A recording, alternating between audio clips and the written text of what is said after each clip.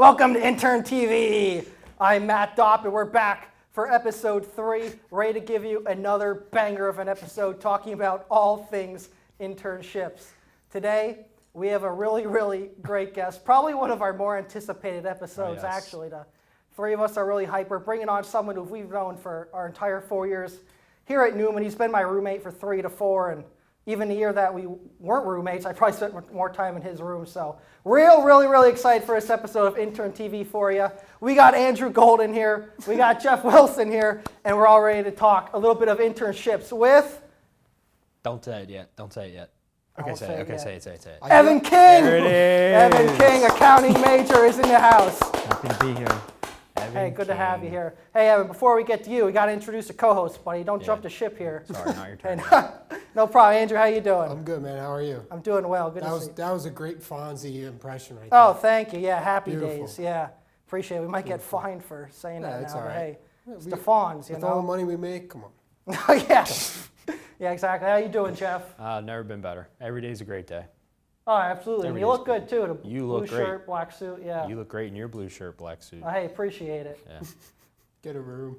Oh, come on. All right, Evan King, let's bring him in. Evan King, you are our first accounting major. Did you actually know that? So you got it, like we said, last week we had another first athletic training major, so you're setting the bar again. So I guess big accounting major. How's things going with you? It's going well. I mean, I'm excited to be here. Okay, yeah, I bet. So right now, you're actually interning with the Fulton Bank right now. So what are you doing? Like, tell us what you do. Yeah, I'm an intern. Technically, it's for Fulton Financial Corporation, but it's in like the mortgage company. So there's a whole lot of titles there. But I do a lot of different things. I mean, it depends on the day.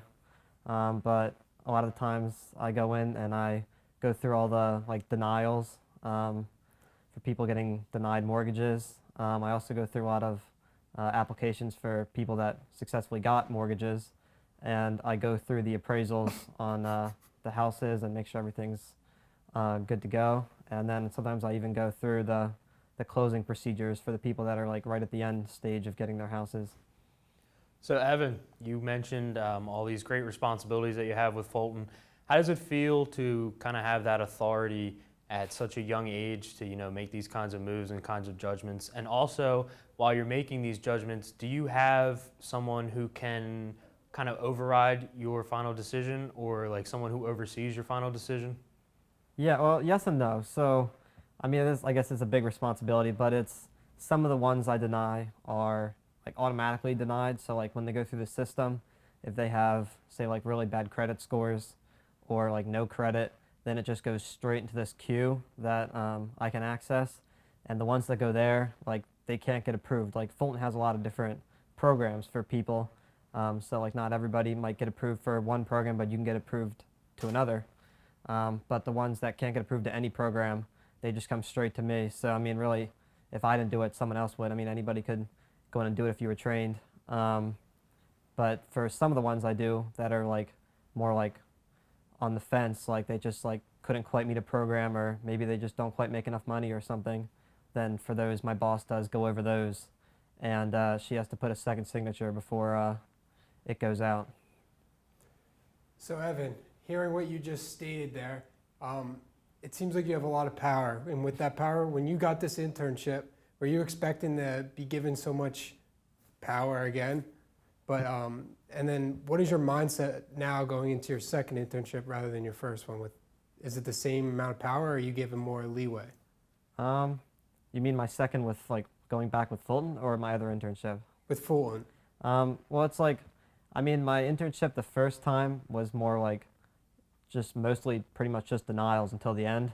And then once I got like, I guess, good at it, because like the more you do it, the more experience you have, the better you are at your job. And then it wouldn't, they don't take me as long anymore, so I was running out of stuff for them to give me to do. So now I have a lot more responsibilities because they just started training me in other stuff to, so I'm not just wasting my time and wasting their time. And I don't know, it's more responsibility than I would have expected, but I mean, going in, I really had no idea. When I got the internship, I didn't even know what it was. Like going into my work the first day, I literally had no idea what I was going to be doing. So I didn't know what to expect, but I mean, it's been a great experience. Yeah. So Evan, I want to shift gears on you quick here. I know back last spring you interned with Brinker and Simpson, an accounting firm, a tax firm, and that you were there during tax season. So obviously that's probably a really busy time, and you probably got to see a lot of really cool things that happened. So what was that whole experience like for you at Brinker and Simpson going through a tax season? I mean, it was completely different than my other internship. I mean, my other internship's more like, I guess, business, and this was just straight up accounting. And I mean, accounting, just like public accounting, it's a crazy field. It's a really busy field. I know a lot of people that I was working with, like, I mean, I'd be putting in like 20, 25 hours a week, but they were putting in like all kinds of hours. Like they would get there at like 6 in the morning and they'd be there till like 10 p.m. So I mean, it's just a crazy time. There's a lot of returns. I mean, this year I guess is one of the, not like lighter years, but because the tax deadline got bumped back this year. So when I was there until March, it wasn't quite, it was starting to heat up right when COVID hit. And then everything got pushed back a couple extra months. So it kind of like spread things out more. But I mean, it's a busy industry. Yeah, exactly. And speaking of that, like we were going to ask you a little bit more about that, how the tax date is usually April 15th, but obviously it got pushed back more. So I know you talked about how the workload got a little bit lighter, but when that did happen and we started having lockdowns and people started working from home, did you stay on board and work with it, doing stuff at home, doing stuff online, or were you more just kind of staying in the office? I worked over like our spring break from Newman, which was in March or maybe end of February. I worked from home that weekend, but once COVID hit, I tried to stay like here and work in the office because they were still having some people work in the office. But then eventually Newman wasn't allowing anyone to stay on campus. And then when I got sent home, I wasn't able to keep working because it's like an hour and a half from my house. So just for an internship, plus there was, with all the COVID, there's cutbacks and stuff. So my internship kind of just abruptly ended, which was, I mean, it was unfortunate. But they needed their resources for like online for people that were full-time there. So then I went back to my internship at home where I work at Fulton. So you've had two internships, but a couple stints with the same company. How beneficial has it been for you to get this hands-on experience? And like you touched on earlier, both internships are kind of different. They're on both ends of the spectrum with what you had to deal with. So have you been able to kind of find your pathway and find what you're most comfortable doing?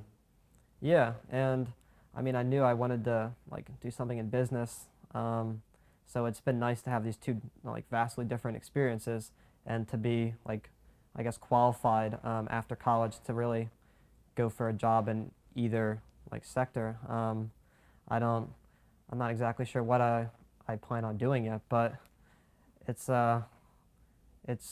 was really a different experience. Yeah. So Evan, I want to ask you a question about academics because you do have a unique story, a unique path. That when you did come here to Newman, you weren't an accounting major. You were like us. You were a sport management major, and you've had to go through the process where you realize that's not what you wanted to do, and you changed your major a couple times, which is okay. And a lot of people kind of have those same feelings where they come in, they think they want to do something, but they realize they don't. And so what was that process like for you, where you realized this isn't what I want. I'm going to change my major, and then what just kind of brought you to saying, you know what, I like being an accounting major, and this is what I'm settled on? Yeah, and I mean it's been a journey. I mean, in high school I didn't know what I wanted to do. My parents were always like, "You're going to college." So I was going to college. I didn't really know what I wanted to do. And then we had to like fill out a form like what we wanted our major to be, and I was just sitting there and I was like, what do I want? And I've always kind of wanted to be in like business, and I've always liked sports, playing sports, watching sports. So I just figured, I combine the two, and then I just be in sport management, and I figured would be something that I love to do. And then I went to Newman, I took some sport management classes, I did, informational interviews, volunteer experience, all that kind of stuff. And it's not that I didn't like it, but it wasn't something I didn't know if I wanted to do for a career. I don't know, nothing really clicked with me. And I don't know, I just decided it wasn't for me. So I just wanted to do just go back to just business and just like watching sports or playing sports. So I switched to business because, you know, it's broad. I could have gone in a lot of different directions. I was hoping to be able to narrow it down eventually. And then I took that accounting class with Dr. Graber, and I just did well, and he suggested that I switch. And at first I didn't really take it seriously, like switching to accounting, but I took another class with him, and I did well in that one too. And he's like, I think like you just go to the accounting. And so I just switched to accounting. I mean, I'm more of a numbers guy, I guess. I'm just good at math. Big stats guy. Big stats, Big number analytics. guy. Human calculator. So Evan, as you can tell, we're big story guys here. Is there a background story on how you got your first internship or any of your internships? Yeah, well, my first internship, I mean, freshman year, I mean, I didn't know that internships were really such a big thing. Like in high school, like I didn't really know a lot of people that like went to college and had a bunch of internships. But then we came here, and everybody like in every program just like stresses internships. And I wasn't sure how I felt about it, but I was like, I'm gonna try to get one. So I know freshman year I applied to a bunch of them, and I just didn't end up figuring anything out really because I didn't have a car on campus, and it just wouldn't have really worked out. So then sophomore year I was trying again, but I mean I kept applying to stuff like on LinkedIn, on Indeed, and it's hard to get your foot in the door when like a lot of people want experience, and you have to get that initial experience. So I just started reaching out to people that I knew. Like I knew some of my friends, like parents, like dads from high school had jobs in like the business fields. So I just reached out to my one friend, or his dad, and I asked him if they had any openings, and he said he'd like check into it. So that's all it was, and I was like, okay. And then a couple months later, he's like, all right, I think I got a position for you. Just fill out this form online. And at the time, I was just like, okay. I thought I was applying for the job.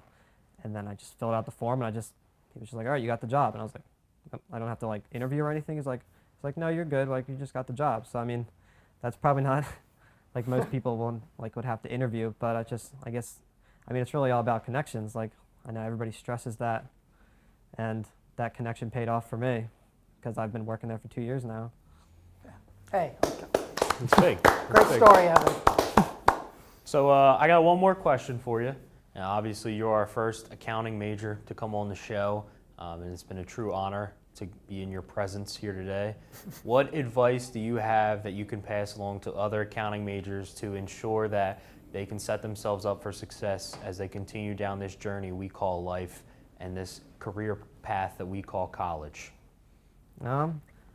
I would say definitely talk to Dr. Graber and Dr. Massey. They're both really good professors here at Newman in accounting, and they'll help you out. I mean, they're really nice people. You can go up and talk to them you could be talking to them for hours, and you'll learn a lot from them. They have a lot of connections.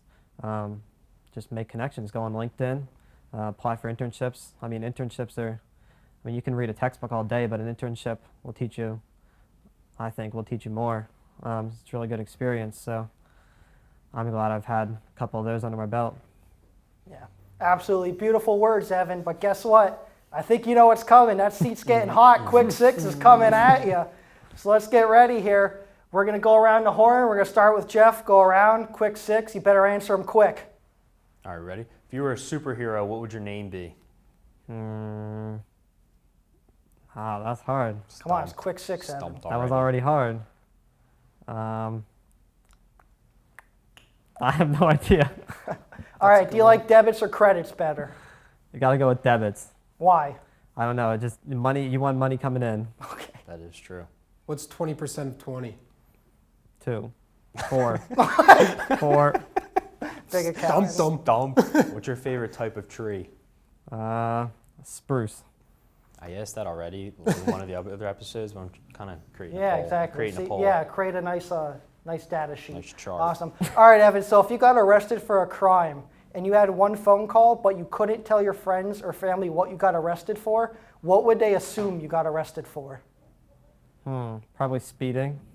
That's not a crime. What do you mean, like a robbery? Yeah, like you're down at the cell, like a holding cell. like a real yeah. crime. Yeah, you're in Yeah, a prison real here, buddy. crime. Probably some kind of, some tax fraud, because I would. can't say that. I called it tax evasion. I knew it. Say that. After your account, you can't say that. Hey, you know what? They'll appreciate it. Hey, final question. If you could drink one drink for the rest of your life, what would it be? water. You got to live. I was expecting Mountain Dew. I mean, Mountain Mountain Dew would be a Dew. close second, but that wouldn't. I think I'd probably die. Hey, you know what? That was a good answer. The water's good. We'll give you a round of applause, Evan. Thank you. Appreciate it. All right, Evan, so I'm going to fire one more quick one at you, quick, to put you on the hot seat again. boy. I remember I heard rumblings of the story that one time you were at work and you picked your head up and all of a sudden everyone in the office was gone. So I guess just explain that a little bit. Tell us that story. Yeah. So my first internship, my first week, that was probably like my second day, and I just got up and went to the bathroom. I came back and I was just working, like everything was normal. And then I just had a question because I was new. So my assistant manager was like, her desk is like cubicles, like right next to mine. So I just like rolled my chair back to like ask her a question, and she was gone. So I was like, okay, she's not there right now. And then I realized I couldn't like go on further without figuring out the answer to this question. So then I went over to my boss's office, and she wasn't there either. So I was like, okay, she's not here. And that was when I realized that like the office was really quiet. So I was like walking like out and like down the rows, and just nobody was there. It was just like a ghost town, and I was like, I guess I missed something. Like I didn't know what to do, and I couldn't really do anything without like I couldn't get to the next step of my project. So I just kind of like went and sat there for like an hour and just did nothing. And I was just like waiting. I was like, I hope they're not just like gone for the day. Like I don't know where everybody went. And then they all just kind of like walked back in after like an hour, and it didn't occur to me then that it could have been like that they could have all just been like a meeting. But I was just like, where were they?